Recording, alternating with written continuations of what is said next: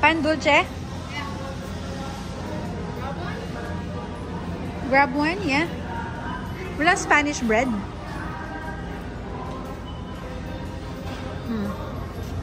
There you go.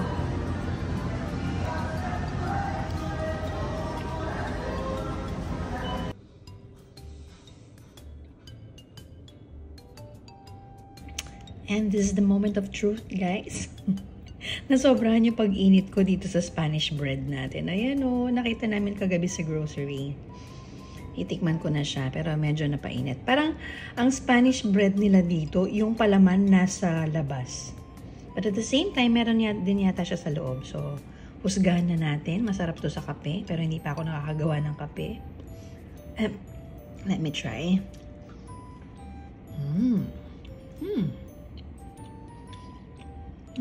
Spanish bread nga siya, pero parang mas masarap yung sa atin sa Pilipinas.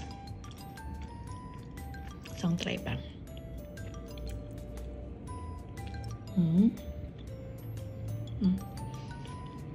Mas masarap yung sa Pinas, yung palaman niya nasa loob. Tapos yung bread itself, parang buhay pa yung arena. Nalalasahan ko siya. Iba pa rin talaga ang margarine. Iba pa rin ang margarine sa Pilipinas. Buti na lang, dalawa lang ang kinuha namin. Yeah. So that's the first experience for our Spanish bread here in San Diego. Aliyaman-yaman, guys. Sasalbagya. Manyaman niya pa rin ng King Bakery King Pilipinas.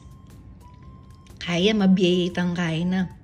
Mabiyayaing harina na. Alalasa kay. Halayang lasa. Halayang lasa ing palaman na. Manyaman niya pa rin ng margarine na ng Pilipinas.